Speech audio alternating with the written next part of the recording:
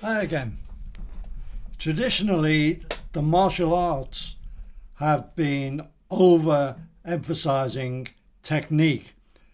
If you agree with John Steinbeck that the final weapon is the brain, then the area I suggest warrants most study is mindset. Without correct mental posture, techniques become irrelevant. This short video describes the OODA Loop concept, which will be invaluable to any viewer involved in combative or tactical training. And here's an extract from the video of Marcus describing where the OODA Loop concept came from. Okay. The OODA Loop is derived from a brilliant tactician named John Boyd.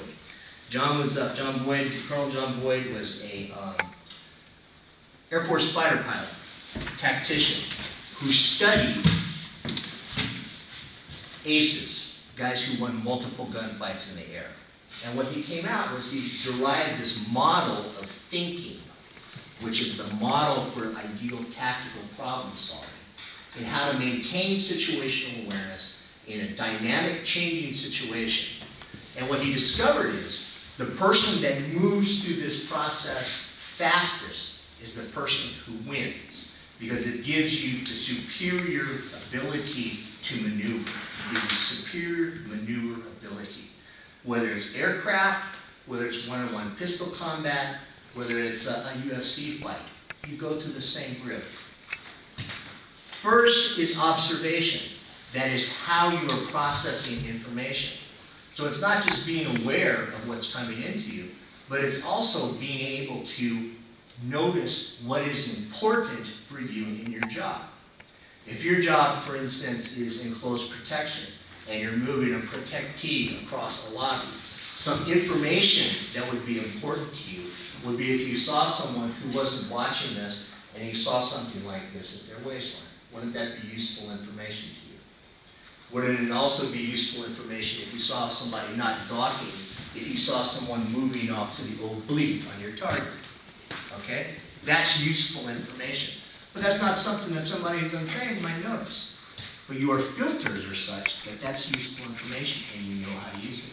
Superior vision skills. That's the use of the vision. Okay? Observing. Then, the baseline state you want to be in is a state of relaxed alertness. Relaxed alertness means you're relaxed and you have your full peripheral vision. You have your full cone of vision this way at the top. You're relaxed, condition yellow, and you're aware at all times of everything that is in your environment. Everything that might pose a potential threat to you, the locations of chairs, the locations of people that might be armed. The same process that you already go through, whether you're conscious of this or not. You already do this. All right? From observation, you move into orientation. Orientation is, I see the room. I orient on you. Why do I orient on him? Okay, which is the question. Boom, orientation is an evaluation phase. Like I said, if you're working protection and you see somebody going like this, and you see something like that, that would be something that you would orient on, right? Which leads to the next point, which is you make a decision. What are you going to do? Do you have a pre-planned scenario for this? Or as the situation unfolds, what are your decision options? What is your decision tree? You make a decision. Your decision might be to speed up and place yourself between that individual and the protectee while you continue to evaluate that potential threat. It might mean, based on your orientation, you might make a decision to go hands-on and do a bump frisk on it. Might be, if you saw this action set, that you might engage a target. All of that's based on your observation orientation. You make a decision and you act. You act. Your action changes the situation, right? You're going to move your protectee. You're going to engage the target. You're going to run. You're going to go up. You're going to engage him in conversation and further assess. Okay? Third one, you've now taken an action which changes the situation. So you go back to observation. How have you changed the situation? What has changed? Are you oriented on the same threat, or is there something different? You make a decision, and you act. Now the attacker, and let's just postulate an attacker, is going through the same thing. He's watching the VIP team. He's orienting on a possible line of attack. He makes a decision to attack or not to attack. Either one results in an action, which changes the situation, and he goes back to observation. If he's in observation, and you're already to act, you're already moving on him while he's still observing. He has to rush to get to there. So whoever gets through the loop first and fastest is the one that has the maneuver advantage, and is the one who wins. Okay, is that? So, as Marcus told us, the OODA Loop concept came from Colonel John Boyd, who was a fighter pilot and instructor for the United States Air Force. And during his time as an instructor, he would challenge any of the people who came through the course to go into the sky with him, and they would meet over a particular rendezvous point, and he would allow them to get on his tail and then reverse and get a firing solution on them, get in their six, and he would do this within 40 seconds. That became his nickname, 40-second Boyd. Now, fighter pilots are not renowned for being shrinking violets, and this challenge was accepted by pilots from all over the United States, from all the stations throughout the world where they were flying, and there's no record of any of them ever defeating Boyd in these exercises. He went on in his career to be very, very influential in the design of fighter aircraft.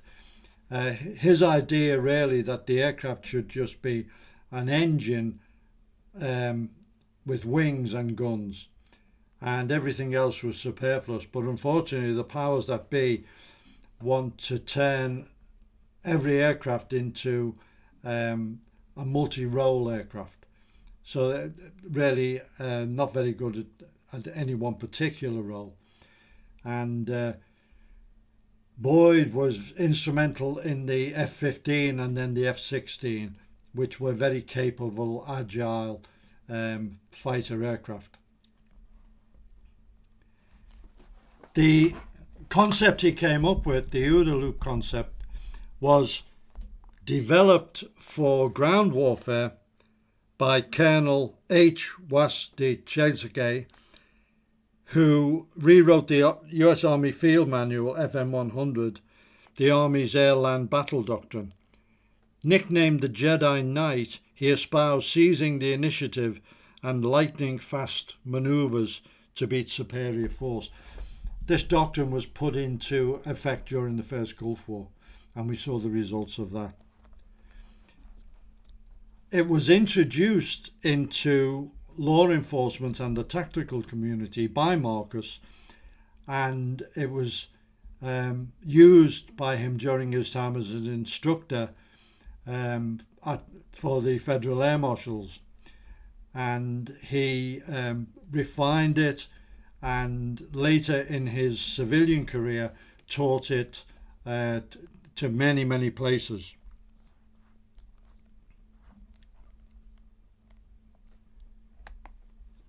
At the time, the Air Marshals were trained to a very, very high standard in pistol shooting, and Marcus found that the concepts of OODA helped the mental processing needed for very, very fast and very, very precise armed combat, particularly in the hostage-rich environment of an aircraft. He wrote about this concept particularly in 2 articles for combat handguns, and I've seen reprints of those articles being used as handouts on police training courses in various places. He was well ahead of his peers in doing this. Another associate of ours, Dave Spalding, wrote a really good book, Defensive Living, together with Ed Lovett, another good friend of ours. And I'll put a link to the book because it does contain a lot of what we're talking about here.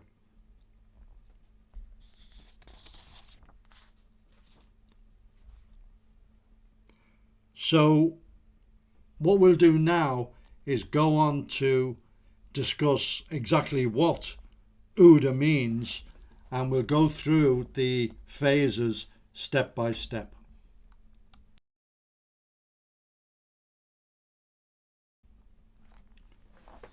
The first element is observation.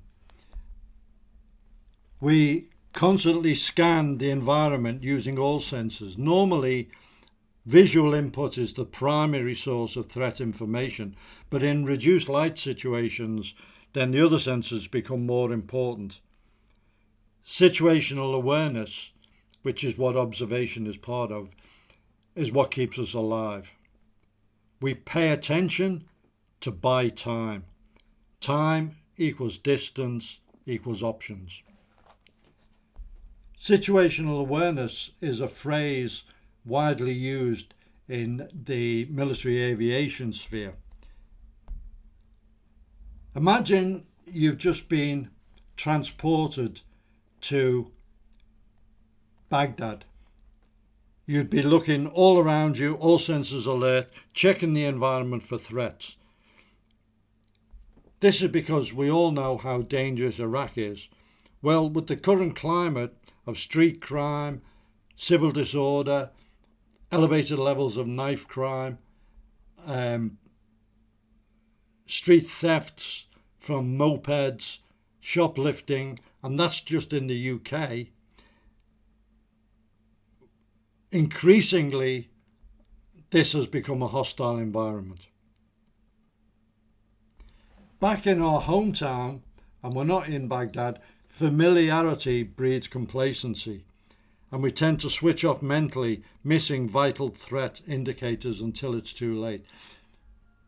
Quite often we are told by a victim that the attack came from nowhere, and that's not usually the case. Usually there are indicators.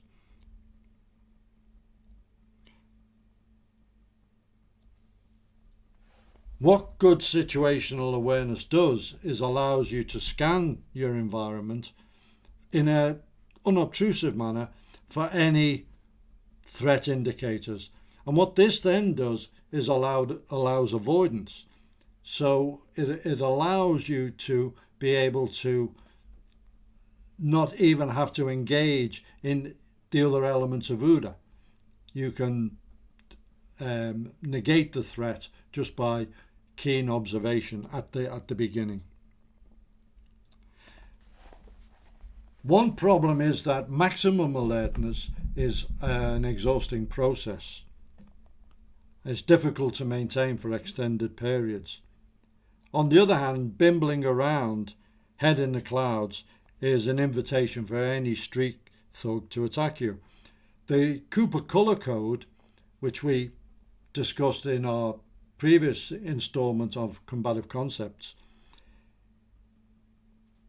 separates levels of alertness out, allowing a relaxed alert, condition yellow, which can be maintained for extended periods. This posture also communicates confidence, which can itself deter attack. Another problem is that we're predators, and predators don't tend to remain alert for long periods. It's the prey animals that are constantly on guard. And as predators, we tend to relax, become complacent. Complacency, I've mentioned this twice now, and it's a topic I'm going to address in a separate video at some stage, because complacency kills.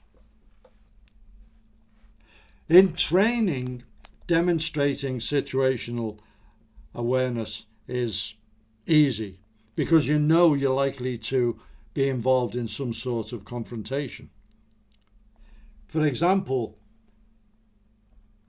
when we used to do the big seminars, they always used to finish with Si Squires and his guys putting everyone through the suit fights, the padded assailant fights. And there was always a process of build-up, physical pre-stressors, and then some sort of briefing and so on. And the guys, you could see it, they were totally alert, eyes everywhere, all senses, suspicious of everything, and so on. Very easy to do in training. Much more difficult to get the guys to do 10 hours into a routine 12-hour shift. And that's the time it's needed. Then the other big problem is people using things like headphones, cuts down your hearing, texting, looking at a screen as you're walking along, cuts down your vision, cuts down your situational awareness. Back in the day when Walkman came out, which were portable tape players, I bought one and I went for a run, and I think I lasted about 200 yards. I just could not stand having the auditory channel cut off and not being able to hear what was behind me. I just couldn't do it. I've never done it.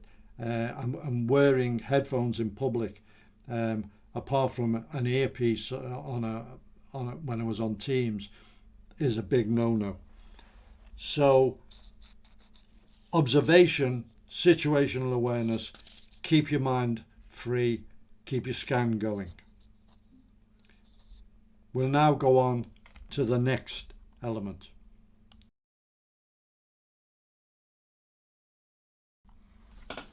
So after observation comes orientation, and in the air combat manoeuvring context it's slightly different. In interpersonal combat and self-protection, we've adapted it, and it can be thought of as the processing and interpreting phase. So from what we've seen from our situational awareness, we now interpret that, we get the significance of it. And also, if you think the word orientation, if you think of disorientation, which is a state of confusion, denial of input, not knowing where, who and when, that's what we're trying to do to our opponent. We're trying to disorientate him. At the same time, we are trying to orientate. We're trying to process and understand. So from our situational awareness, we're switched on and we're picking up things. We see things, we hear things, we use our sense of smell.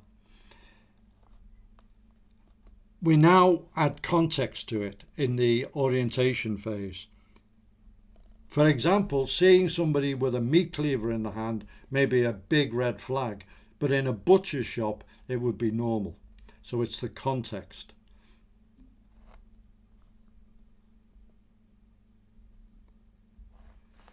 In South Africa, when we were staying with Clint at his farm, big house and farm in a semi-rural area outside of Joburg, he had 13 dogs, and they would bark.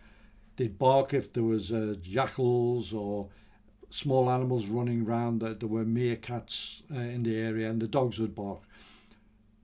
But one dog, Grizz, the chow, he wouldn't. He would only bark if it was a threat. And if you heard Grizz, it would wake you up and it would signal an alert. And another time, it's when Marcus was in South Africa with us. And Chris, who was the youngest member of the family, he brought some friends home late at night, and we heard unfamiliar voices, and Marcus and I were in rooms opposite sides of a corridor, and at exactly the same time we rolled out with our pistols and flashlights and illuminated and saw it was okay. Now, you may think, oh, it's an overreaction, but not too long after, there was an attack and Clint was shot in his bedroom by an armed gang. I think it was four-strong gang who had got in despite 13 dogs, despite the gates and everything. So it's as well to know the situation and to know the level of alertness you need. So wherever you are in the world, it will have its own particular patterns of encounter, environmental factors, how people act, how common it is to carry weapons. In some places, the open carriage of firearms is normal. In other places, if you see a suspicious weapon signature, it will be a very significant sign. So the orientation phase gives us what we call the educated eyeball. So you were screening out what is of significance, and then we can act accordingly.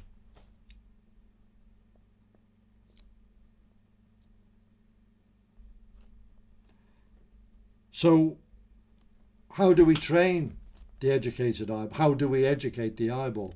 One of the exercises Lofty used to run on the bodyguard course, I've talked previously about Kim's game, which is an observation and memory test, but he also used to do an ob stand where he would get an area of undergrowth and bush, just a hedge really, and he would put a dozen objects, man-made objects, in that area. So in front of you there would be 10 objects to pick out, and you had to stand there and identify them. And they could be something like a cartridge case, a button, a piece of tape, a thread, anything man-made. And it trained you to look through and to really pay attention to detail. Now, this training is used by snipers and for jungle training, but it's relevant. It was relevant to us for close protection, but it's relevant to everyone because it as I say, it's the educated eyeball. It gets you to look at things. Then after that, the next phase was an observation lane where you had to walk at normal pace and check both sides. And we used to put the hun head targets, which is just a head and face. We used to put them in various places, and you had to point at them and pick them up. So it's all getting you to see low level, mid level, high level, near, mid, far, checking all the time, because that's what you need, that observation and that orientation on the threat. So it allows threat evaluation. However, this is a fast IFF, identification friend or foe. It's not a diagnosis. We are interested in what he's doing, where he's moving, but not why. And people go into this kind of paralysis by analysis, trying to, why is somebody doing that? What have I done to deserve that, and so on. That's irrelevant at this particular stage. Significance of repeated sightings. You see the same person, vehicle, whatever. Once is an instance, twice is a coincidence, 3 times it's enemy action. Okay, I mentioned we use all the senses. Visual. People do not see, they recognize, and what they do not recognize remains invisible to them. Again, the educated eyeball, knowing what you're looking at. Sense of hearing, the auditory channel. A footstep in the day may be innocuous, but late at night, very significant. The sense of smell, alien smells. You go into a room and you can smell body odour or perfume or something like that. Someone's in there or been in there. It can alert you. I remember doing an exercise on a bodyguard course where you had to check various rooms, and in one of them, it was a large structure, one of them there would be an enemy lying in wait. And one of the guys, who later became very, very prominent in VIP protection training back in his home country of Sweden, Torsten, handled the situation very, very well. He's a really good firearms instructor. And in the debrief, he said he knew that that was the room because he smelled gunpowder from the previous encounters. And it's a good lesson. Combat indicators, behavioural cues, facial expressions, gestures, stance, verbal threats, weapon signatures, hands, all those things make up things of significance. And it can be a cluster, it could be several of those things. So that is orientation. We'll go on to the next phase.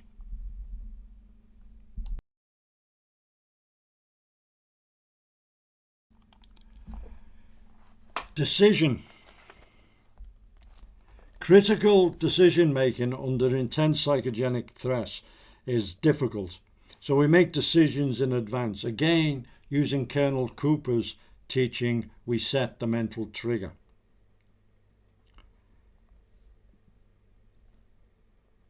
You decide what the rules of engagement you are operating under and what is legally, legally, tactically and morally appropriate. And these things can be in opposition to each other. I'll give you an example. In another time and place, it would, if someone snatched my watch, my wristwatch, and ran off with it, it would have been legal for me to shoot him. Now, it would be legally right. You can argue about tactics. But morally, I wouldn't take someone's life for the price of a wristwatch. So you've got to have those three ducks in order. The options are negotiate, posture, flight, and fight. Negotiation is to buy time and create opportunity for avoiding or for winning. We use distraction. We use verbalization ploys. Similarly, posture is used to deter. Now, in negotiation is a skill. Verbalization is a psychomotor skill, and you've got to practice it to be good at it. And a lot of time you are giving the appearance of complying, of giving in, of appearing subservient and so on, and you're waiting for the opportunity. The opposite is posture, where you're appearing dominant, violent, ready for a fight. And the more aggressive you are, the less chance you may have to actually use physical violence. So it's a bit counterintuitive. A lot of the SWAT teams do this. They're completely aggressive and dominant. It looks like they want to kill everyone, but they do it so they don't have to kill anyone. So posture, if you can present the appropriate profile and back it up verbally as though you mean it, that can also work. Flight, escape. It can be great. However, it depends on opportunity. There may be obstacles. You may be injured, or you may have been restrained in some way, tied up. So it's not a crafty attacker will arrange things in such a way that the escape avenues are limited. So escape, yeah, if it's possible, not always possible. And then fight, which is the use of the hard skills.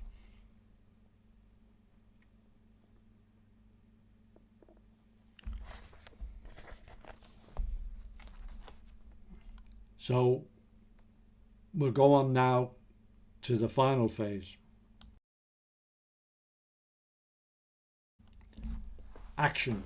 So whatever decision you've made and you set the mental trigger, you put into place with action.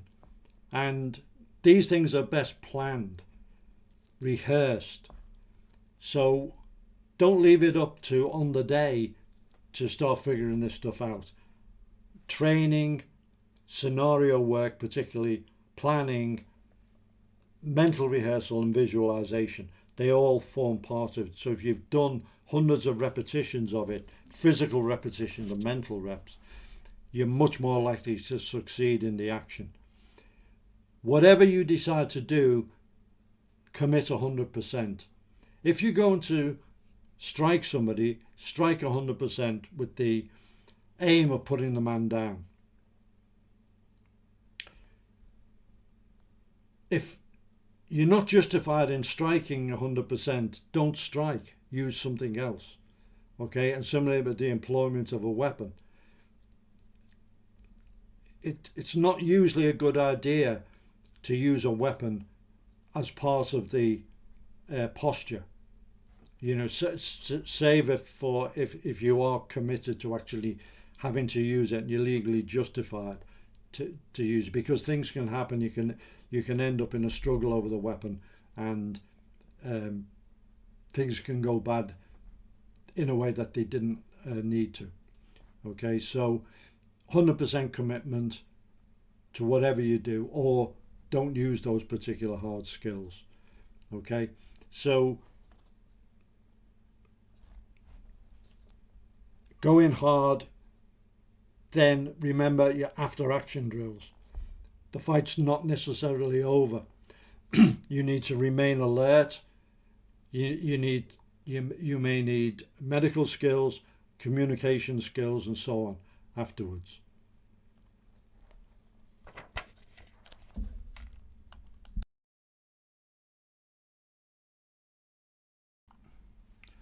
Okay, so the application of OODA,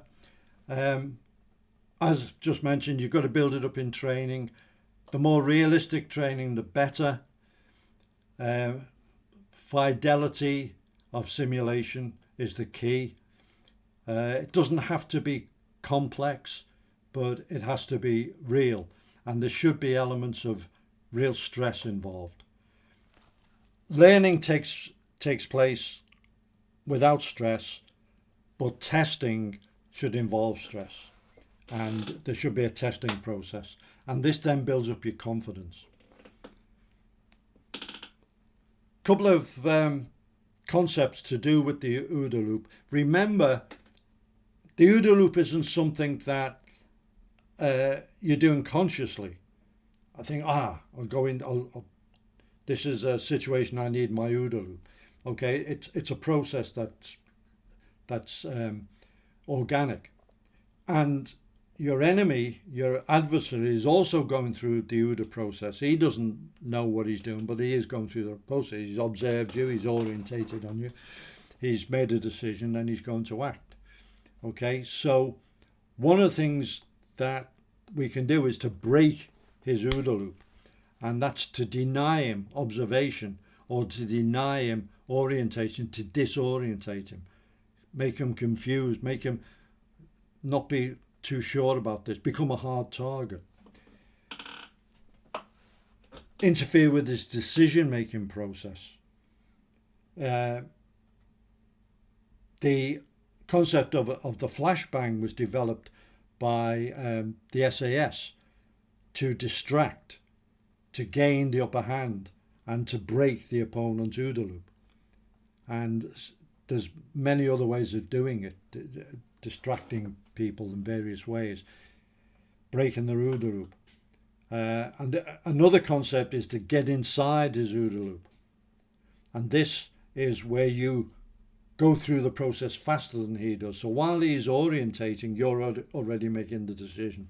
So you speed it up. And this only comes from practice. Some people do this naturally. I've worked with guys who are amazing at this stuff.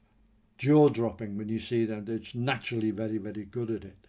Their decision-making process and their capacity to assimilate threat information is off the charts. And not necessarily people with amazing CVs and backgrounds. When they're exposed to the stimuli, they react, and they prevail very, very well.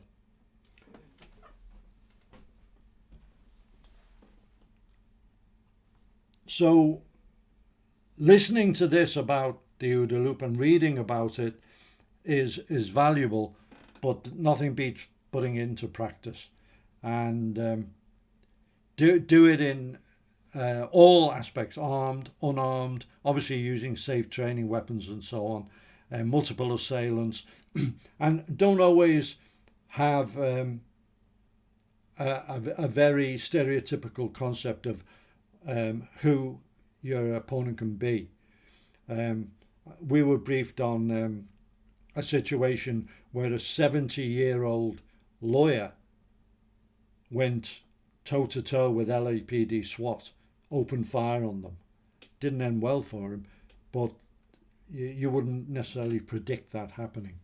If you're thinking of threat situations, 70-year-old lawyer is probably not going to be the main one. So widen it out. Different characteristics, age, numbers, different racial characteristics, different sizes, different times of day, in your mental rehearsal particularly.